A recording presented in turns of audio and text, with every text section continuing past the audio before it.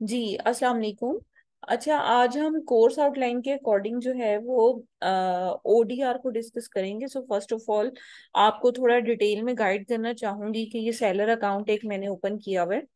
और इसमें मैंने यहाँ पर एक हमारे पास थ्री लाइंस होती हैं बिल्कुल इस जगह पर। यहाँ पर क्लिक किया, परफॉर्मेंस पे जाकर अकाउंट हेल्थ का मैंने बटन पर क्लिक करने के बाद ये वाला पोर्शन मेरे पास आया है। सबसे इम्पोर्टेंट चीज ये होती है कि जब आप अकाउंट को ओपन करते हो तो यहाँ पर आपके पास जितनी भी पॉलिसी वॉयलेशंस होती हैं वो आपको यहाँ पर शो हो रही होती हैं।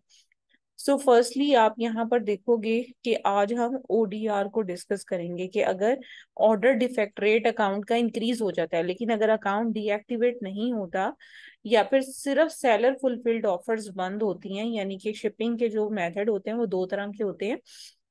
एक अमेजोन के वेयर हाउस से प्रोडक्ट हमने शिप करनी होती है और सेकंड एफबीए यानी कि अमेजोन के वेयर हाउस से हमने प्रोडक्ट को शिप करना है और दूसरा हम अपने वेयर हाउस से प्रोडक्ट को शिप करेंगे, जिसे एफपीएम कह देते हैं, फुलफिलमेंट बाय मर्चेंट कह देते हैं। ठीक है। तो ये जो मैट्रिक्स है ये फुलफिलमेंट बाय अमेजोन पर एप्लीकेबल नहीं होता, ये वाला पोर्शन। ठीक है। और अगर सम हाउ होता भी है, अगर नेगेटिव फीडबैक आ जाए या क्लेम आ जाए या चार्जबैक आ जाए, लेकिन इसका इम्पैक्ट बहुत ज्यादा अकाउंट पर नहीं होता है एफपीए के केस में। लेकिन अगर अकाउंट पर एफपीएम हो रहा है, यानी कि हम अपने अकाउंट से अपने वेयर हाउस से प्रोडक्ट को शिप कर रहे हैं, तो ये मैटर करता है। सेलर फुलफिल्ड ऑफर में ये मैटर करता है और इसकी बिहाफ पर अकाउंट की सेलर फुलफिल्ड ऑफर यानी कि अपने वेयर हाउस से प्रोडक्ट को शिप करने की जो सेलिंग प्रिविलेजेस हैं, amazon मोस्टली उसको खत्म कर देता है। सो फर्स्ट ऑफ ऑल आपको ओडीआर के बारे में पता होना चाहिए कि इसकी परसेंटेज क्या है, इसका टारगेट क्या है और ये होता क्या है। अब देखिए, मैं जैसे ही ओडीआर पर क्लिक करती हूँ देन हमें यहाँ पर पता चल जाएगा कि ओडीआर का मतलब क्या है। ओडीआर जो है वो किसी भी अकाउंट पर जब हम कोई भी प्रोडक्ट सेल कर रहे होते हैं तो ये ability to provide good customer experience है। अगर फॉर एग्जाम्पल आपने 100 ऑर्डर शिप किए हैं तो उसमें से जितने ऑर्डर्स डिफेक्टिव रहे, यानी कि जिसमें कोई प्रॉब्लम आई, जिसमें कोई नेगेटिव फीडबैक आया या कस्टमर ने क्लेम किया, कोई गारंटी क्लेम किया, या उसने कहा कि भाई मेरा क्रेडिट कार्ड मिस यूज हुआ है तो मुझे चार्जबैक चाहिए, तो इसमें से अगर कोई भी इंफॉर्मेशन या कोई भी प्रॉब्लम आती है तो उसकी वजह से अकाउंट में प्रॉब्लम आ जाती है। और इसमें हमें 1% के अंडर जो है वो ओडीआर को मेंटेन करना जरूरी होता है। अगर 1% से अबव ओडीआर होता है तो अकाउंट भी डीएक्टिवेट हो सकता है, लेकिन यूजुअली सेलर फुलफिल्ड ऑफर्स जो हैं वो डीएक्टिवेट होती हैं, अकाउंट फुली डीएक्टिवेट नहीं होता। ठीक है, ये चीज हो गई। अब मैं आपको इसमें बताती चलूं कि यहाँ पर अगर आप देखो इस अकाउंट में तो ओडीआर जो है वो 0.27% है, लेकिन सिर्फ आपको दिखाने के लिए, क्योंकि करंटली इस तरह का अकाउंट अभी अवेलेबल नहीं है। सो आपको जस्ट दिखाने के लिए कि जब अकाउंट पर ये टारगेट 1% से, यानी कि ये जो परसेंटेज है, फॉर एग्जांपल ये 1.27% हो गई है, तो आपको एक नोटिफिकेशन रिसीव होगा जिसमें मतलब आपको बताया जाएगा कि आपके अकाउंट पर जो है वो नेगेटिव फीडबैक या इसकी वजह से आपके अकाउंट में प्रॉब्लम आई है। अब आप देखो, ये ओडीआर जो है ना वो थ्री फैक्टर्स पर डिपेंड कर रहा होता है। First of all negative feedback. Negative feedback का मतलब ये होता है कि कस्टमर आपकी प्रोडक्ट के बारे में कोई नेगेटिव रिव्यू दे दे। टोटल 5 स्टार होते हैं, 1 और 2 स्टार नेगेटिव कंसीडर होता है। अगर कोई कस्टमर आपको 1 स्टार दे देता है या 2 स्टार दे देता है तो वो नेगेटिव कंसीडर होगा। अगर 3 स्टार देगा तो वो न्यूट्रल होगा, और अगर 4 और 5 स्टार देता है तो वो पॉजिटिव कंसीडर होता है। अच्छा, इसके बाद होता है A to Z guarantee claim. A to Z guarantee claim का मतलब ये होता है कि देखो, जब ये यहाँ पर देखो, ये हेल्प सॉरी, ये एक लेटर का बटन इस तरह से बना हुआ है। इस पर जब हम क्लिक करते हैं और ऑल मैसेजेस पर क्लिक करते हैं, जब कस्टमर हमें यहाँ पर अप्रोच करता है और हमें कोई भी मतलब इंफॉर्मेशन हमसे मांगता है रिगार्डिंग शिपिंग, पैकेजिंग, या कोई भी जो भी प्रॉब्लम अकाउंट उसके साथ होती है प्रोडक्ट के साथ, वो यहाँ पर आपसे क्वेश्चन करता है या वो कहता है कि मुझे प्रोडक्ट नहीं मिली और आपने जो ट्रैकिंग दी है वो शो कर रही है कि प्रोडक्ट जो है वो डिलीवर हो चुकी है। तो उस केस में अब यहाँ पर देखो, order placed with you, below is the information, where is my stuff, item has not arrived, please send us the status updated to the customer. अच्छा, अब देखो ये मतलब कस्टमर ने यहाँ पर कांटेक्ट किया है, ठीक है। और अगर आप इस कस्टमर का इशू यहाँ पर रिजॉल्व नहीं करते, फॉर एग्जाम्पल अगर कस्टमर कहते हैं मुझे प्रोडक्ट मिली नहीं और आपने यहाँ से शिप की हुई है, उस केस में क्या होगा कि अमेजोन से आपको कांटेक्ट करना पड़ेगा और आपको इसी प्लेटफॉर्म के थ्रू कांटेक्ट करना है और उसको रिफंड करना है या रिटर्न करना है या रिप्लेसमेंट देनी है या प्रोडक्ट की कोई अपडेटेड इंफॉर्मेशन देनी है। अगर आप इसको रिस्पॉन्ड नहीं करते तो समटाइम ये होता है कि क्लाइंट यहाँ पर नहीं भी अप्रोच करता, वो देखता है कि 3 दिन ऊपर हो गए, 2 दिन ऊपर हो गए, प्रोडक्ट नहीं मिली, तो वो डायरेक्ट क्लेम दायर कर देता है। क्लेम का मतलब जो होता है वो डायरेक्ट अमेजोन से कांटेक्ट करता है और कहता है कि भाई ये प्रोडक्ट जो है वो मुझे नहीं मिली। अच्छा, उसके बाद क्या होता है कि अमेजोन ऑब्वियसली हमारे अकाउंट से पेमेंट को डिडक्ट करता है और डिडक्ट करने के बाद कस्टमर को डायरेक्टली जो है वो वापस कर देता है, ठीक है। तो ये होता है A to Z guarantee claim, ठीक है। उसके बाद अगर मैं आपको थर्ड इसका मैट्रिक्स दिखाऊं, which is charge back claim. Charge back claim का मतलब ये होता है कि अगर कोई भी कस्टमर है वो क्रेडिट कार्ड के थ्रू परचेजिंग कर रहा है और उसको कोई प्रोडक्ट नहीं मिला, ठीक है, तो उसमें वो क्या करेगा कि जब उसे बैंक की तरफ से बिल आएगा तो वो उस बिल पे जाकर क्लेम करेगा अपने बैंक को कि मैंने ये प्रोडक्ट मंगवाई थी लेकिन ये मुझे मिली नहीं है। तो उस केस में क्या होगा कि जो बैंक है वो अमेजोन से कांटेक्ट करेगा और अमेजोन को बताएगा कि ये प्रोडक्ट परचेज की गई थी इस क्रेडिट कार्ड से लेकिन उसे मिली नहीं है। तो उस केस में भी अमेजोन हमारे अकाउंट से पैसे काट के और बैंक को वापस कर देगा, बैंक का जो क्रेडिट कार्ड का बिल है उसको पे कर देगा। तो इसे हम चार्ज बैक क्लेम कहते हैं, ठीक है। लेकिन कुछ केसेस में चार्ज बैक क्लेम का ODR पे इफेक्ट नहीं आता। फॉर एग्जाम्पल अगर कोई कस्टमर है वो मतलब अपने बैंक को कहता है कि भाई ये परचेजिंग मैंने की ही नहीं और वो अमेजोन से परचेजिंग हुई हुई है, ठीक है, तो उस केस में बैंक जो है वो अमेजोन से कांटेक्ट करेगा और amazon जो है वो कहेगा कि मतलब बैंक amazon को कहेगा कि ये परचेजिंग इलीगल हुई है या फ्रॉडलेंट हुई है। तो उस केस में फिर क्या होता है कि चार्ज बैक जो आपके अकाउंट से जाता है वो आप समझ लो कि उसका आपकी अकाउंट की हेल्थ पर कोई इम्पेक्ट नहीं होता, ठीक है। तो यहाँ पर देखिए जब मैं चार्ज बैक पर क्लिक करती हूँ तो आपको इसकी डिटेल्स जो मिलती हैं यहाँ पर, उसमें क्लियरली लिखा हुआ है कि जो चार्ज बैक है उसको मेंटेन करना लाजमी है। अब ये तीनों मैट्रिसेस जो हैं वो बेसिकली इम्पॉर्टेंट हैं टू मेंटेन ODR। इन तीनों में से कोई एक भी खराब होगा तो उसका इम्पैक्ट टोटल ODR पर आएगा और जो टोटल ODR होता है वो लास्ट 60 डेज का भी होता है और 30 डेज का भी होता है। अगर यहाँ पर हम क्लिक करें तो हम यहाँ पर देख सकते हैं कि दो तरह के ODR यहाँ पर नजर आएंगे। एक ODR हमारे पास ये वाला है, ये 60 डेज का हमें यहाँ पर नजर आ रहा है, ठीक है, ये डेट रेंज। अब यहाँ पर हम FBA का भी कर सकते हैं, तो FBA का भी चेक हो सकता है ODR। और अगर हम सेलर फुलफिल्ड का चेक करना चाहते हैं तो वो यहाँ पर क्लिक करके हमें नजर आ जाएगा, ठीक है। अब अगर फॉर एग्जाम्पल आपकी अकाउंट पर ODR इंक्रीज हो गया, अब जैसे यहाँ पर एक आइटम ऐसी है जिसका ODR जो है वो डिफेक्टेड है, तो हम इसकी रिपोर्ट को भी डाउनलोड कर सकते हैं। जब हम इसे डाउनलोड करेंगे तो ऑब्वियसली हमें एक रिपोर्ट मिलेगी जिसमें ऑर्डर आईडी होगा और हम उस ऑर्डर आईडी को ट्रैक करके जान सकेंगे कि हम हमारे अकाउंट में क्या प्रॉब्लम आया, क्या इशू आया, ठीक है। तो यहाँ पर अभी 1 मिनट प्रोसेसिंग हो रही है। अब इसको हम ओपन कर लेते हैं, डाउनलोड हो गई है। अब यहाँ पर आप देखो कि ये ऑर्डर की डेटा आ रही है, उसके साथ ये ऑर्डर आईडी है, सेलर फुलफिल्ड है, नेगेटिव फीडबैक का इम्पैक्ट ऑब्वियसली उस पर है और इम्पैक्ट अकाउंट हेल्थ पर इसका है, ठीक है।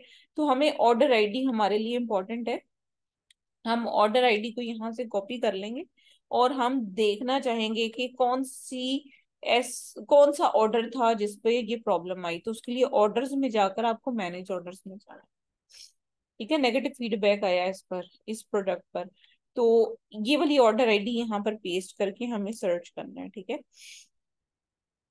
अच्छा, अब ये प्रोडक्ट है जिसमें प्रॉब्लम आई और जिसमें कस्टमर ने नेगेटिव फीडबैक यहाँ पर दिया हुआ है, ठीक है, 1 स्टार रेटिंग दी हुई है। और उसने अपनी जो प्रोडक्ट है उसका रिफंड भी ले लिया हुआ है, ठीक है। तो ये चीज है, अब हम क्योंकि ऑलरेडी इसको रिफंड कर चुके हैं और सारी चीजें हम इसको वापस कर चुके हैं, जो पैसे इसके थे, और प्रोडक्ट इससे वापस ले चुके हैं। तो इसका जो है वो बाकी भी जो इसी तरह से ओडीआर्स होंगे, तो वो मतलब आपको उनकी प्रोडक्ट के बारे में यहाँ पर सारी डिटेल जो है वो पता चल जाएगी। सो मैं अब आपको यहाँ पर मैं शेयर करती हूँ आपके साथ, और अपील भी शेयर करती हूँ और नोटिफिकेशन भी शेयर करती हूँ। So give me few minutes.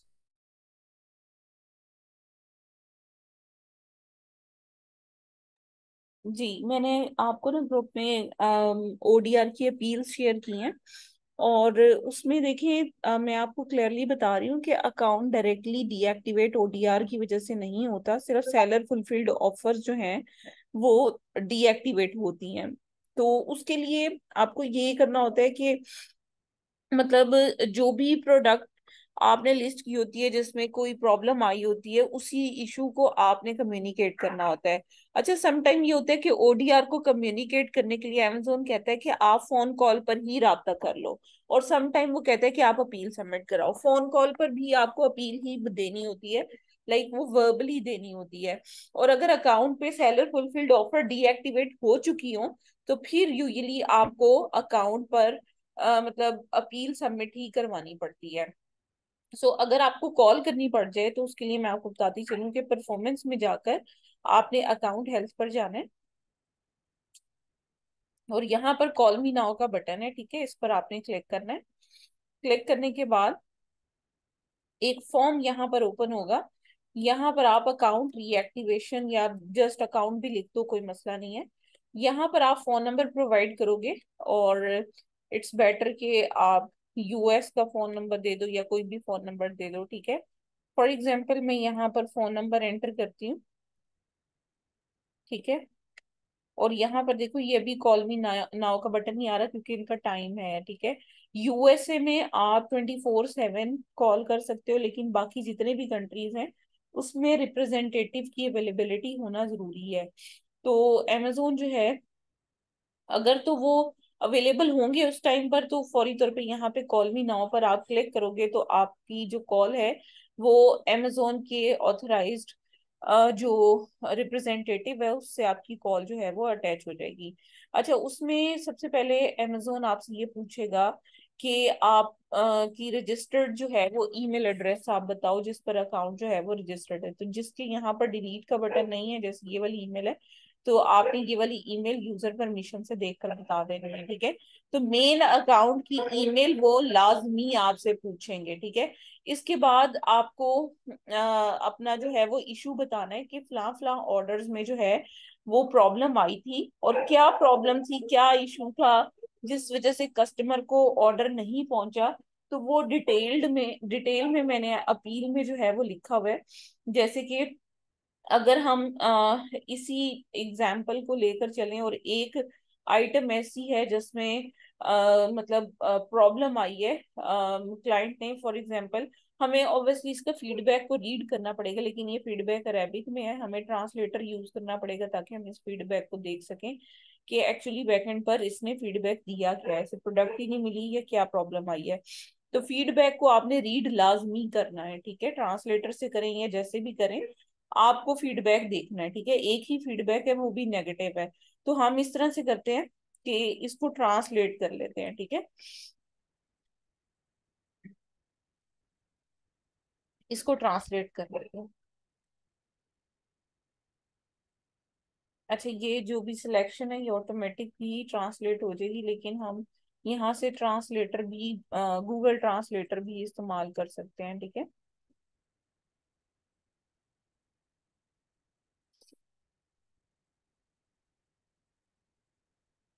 Arabic into English, ठीक है, इसका हम ट्रांसलेटर इस्तेमाल कर लेते हैं।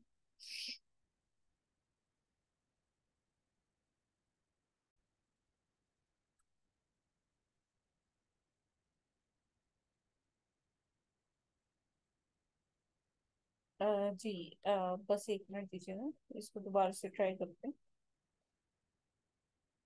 अच्छा, जो टेक्स्ट है उसे हमें यहाँ पर पेस्ट करने की जरूरत है।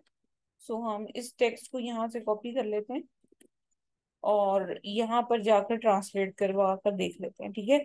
Received one of the boxes broken and half of the product spilled out of the packaging, ठीक है।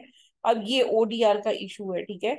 अब इसमें ऑब्वियसली आपका हो सकता है पैकेजिंग मटेरियल अच्छा ना हो सकता है कि आपकी जो शिपिंग सर्विस है वो इतनी रिलायबल ना हो कि वो प्रोडक्ट आपकी सेफली जो है वो वहां तक पहुंच सकी हो।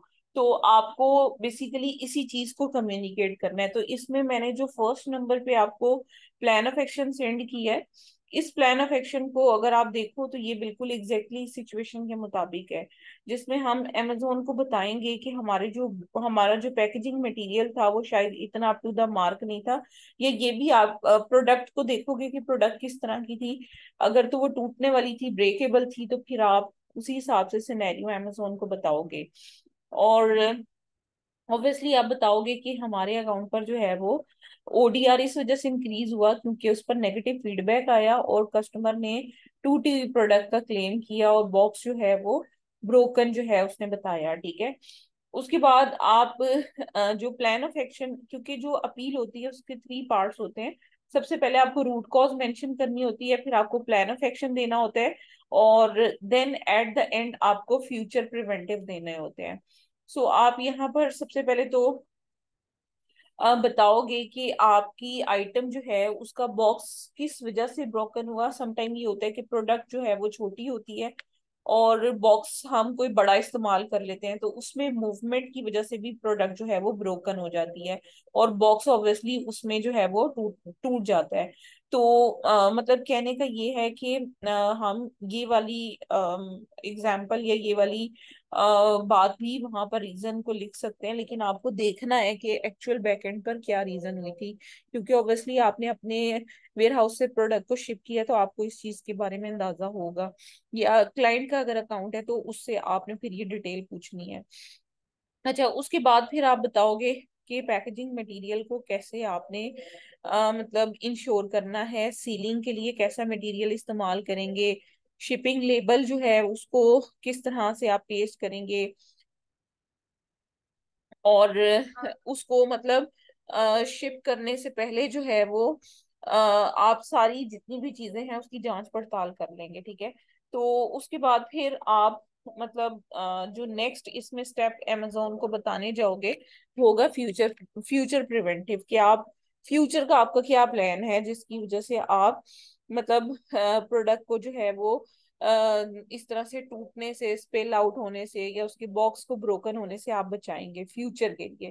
तो आप फिर उसके लिए बताओगे कि हम स्पेस नहीं इनसाइड रखेंगे बॉक्स के जब शिपिंग करनी होगी। हम जेनेरिक पैकेजिंग को मतलब इस्तेमाल नहीं करेंगे, बल्कि हम उसको फर्दर मतलब उसकी प्रेप के ऊपर काम करेंगे। कोई बबल रैप लगा देंगे या उसके अंदर फिक्स लगा देंगे या फॉर्मिंग शीट उसके अंदर लगा देंगे ताकि उसको हिट ना हो सके। अगर जो है वो प्रोडक्ट इस तरह की है जिसका वेट मतलब एक खास अमाउंट से बड़ा है या इतने केजी से बड़ा है, तो उसके लिए हम डबल बॉक्स इस्तेमाल कर लेंगे। फिर आप मतलब इस तरह की जितनी भी इंफॉर्मेशन है उसको आप बताओगे। फिर आप कहोगे कि हम प्रोडक्ट को शिप करने से पहले मतलब ओवरऑल प्रोडक्ट को चेक कर लेंगे कि उसके पैकेजिंग मटेरियल या उसकी जो प्रोडक्ट है वो बिल्कुल एक्यूरेट हो, उसमें कोई प्रॉब्लम ना हो। और ऑब्वियसली प्रोडक्ट की जो इंस्पेक्शन है वो बड़ी इंपॉर्टेंट होती है। उसमें आप बताओगे कि हम ये भी चेक करेंगे कि प्रोडक्ट के कंप्लीट पार्ट्स हो, और ताकि हम फर्दर जो कस्टमर फीडबैक की कंप्लेन्स हैं उसको हम रिजॉल्व कर सकें। और हाँ, फिर आप ये भी लिख सकते हो कि अगर कोई कस्टमर इस तरह का कोई इशू फेस करेगा तो हम उसे रिप्लेसमेंट फौरी तौर पे देंगे, ठीक है। तो ये सारी बातें अगर आप फोन पर बता दोगे अकाउंट डीएक्टिवेट होने से पहले, तो ओवरऑल ओडीआर जो इंक्रीज हुआ होगा ऑटोमेटिक अमेजोन बैकएंड से उसको खत्म करके ओडीआर को मेंटेन कर देगा। लेकिन अगर अकाउंट इस तरह से है कि अकाउंट अभी डीएक्टिवेट नहीं हुआ और जस्ट अकाउंट जो है उसकी सेलर फुलफिल्ड ऑफर जो हैं वो बंद हुई हैं, मतलब उस पे अपील का सबमिशन का बटन भी है, आप कॉल पे भी कर सकते हो बात। और अपील अगर सबमिट कराना चाहते हो तो उसके लिए आपको क्या करना है, ये देखो कि यहाँ पर आपने क्लिक करना है। क्लिक करने के बाद अकाउंट हेल्थ पर जाना है, परफॉर्मेंस में जाकर।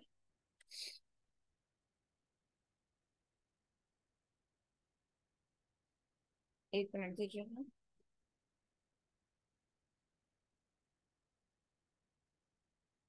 अच्छा, यहाँ पर देखें, परफॉर्मेंस में जाकर आपने अकाउंट हेल्थ पर जाना है। अकाउंट हेल्थ पर जाने के बाद सबमिट न्यू इन्फॉर्मेशन पर आपने क्लिक करना है। और जी, क्लिक करने के बाद सबमिट न्यू इन्फॉर्मेशन पर आपने क्लिक करना है, और अपना प्लान ऑफ एक्शन आप पीडीएफ फॉर्म में अटैच कर सकते हो, या वर्ड की फाइल में अगर अटैच करना चाहो तो वो भी यहाँ पर अटैचमेंट इस तरह से आपने करनी है, ठीक है। और जब आप अटैचमेंट कर लोगे तो यहाँ पर आप लिख दो हेलो अमेजोन पर सेलर परफॉर्मेंस टीम, और हमने प्लान ऑफ एक्शन अटैच कर दिया। अगर कोई डॉक्यूमेंट साथ अटैच किया है तो वो भी आप यहाँ पर लगा सकते हैं, सपोर्टिव डॉक्यूमेंट। लेकिन इस तरह के केस में कोई सपोर्टिव डॉक्यूमेंट की जरूरत नहीं होती, सिर्फ आप अपील या प्लान ऑफ एक्शन को यहाँ पर अटैच करोगे। अटैच करने के बाद सबमिट कर देना है। पर फाइल जो साइज होता है वो 10 MB होता है, और मैक्सिमम जो टोटल साइज है पर सबमिशन का वो 10 MB है। आप जो भी डॉक्यूमेंट अटैच करोगे वो पीडीएफ, डॉक या टेक्स्ट की फाइल में होना चाहिए।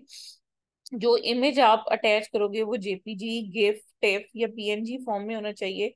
स्प्रेडशीट भी आप अटैच कर सकते हो, ईमेल भी अटैच कर सकते हो, लेकिन ओवरऑल जो फाइल का साइज है वो 10 MB से ज्यादा नहीं होना चाहिए। अगर आपका एमबी ज्यादा हो गए हो तो उसमें फिर आप जो एमबीज को कंप्रेस करने के लिए ऑनलाइन कुछ सॉफ्टवेयर वगैरह होते हैं उनको आप इस्तेमाल कर सकते हो, ठीक है। और इसमें आपने ये करना है कि अकाउंट मतलब जैसे ही आप सबमिशन कराओगे तो उम्मीद तो ये है कि विद इन अ डे आपका जो ओडीआर का इशू है वो फौरी तौर पे रिजॉल्व हो जाता है, ठीक है। तो मतलब ये कोई बहुत ज्यादा संगीन किस्म का मसला नहीं है, ये अकाउंट पर चलता रहता है। और इसकी जो अपील है वो मतलब बहुत सिंपल है, लेकिन आपको एज पर सिचुएशन जो है वो अपील को ड्राफ्ट करना है इसमें। इसीलिए मैंने आपको 3 तरह के सैंपल भेजे हैं। जो सैंपल भी आपके अकाउंट की सिचुएशन के मुताबिक होगा उसको ऑल्टर करके एज पर अकाउंट आपने सिचुएशन के आपने उसको मतलब सेंड कर देना है अमेजोन को। और अकाउंट जो है वो विद इन अ डे आपका जो है वो उसके ओडीआर का इशू रिजॉल्व हो जाता है। अब अगर आपका कोई भी क्वेश्चन है तो प्लीज आप पूछें।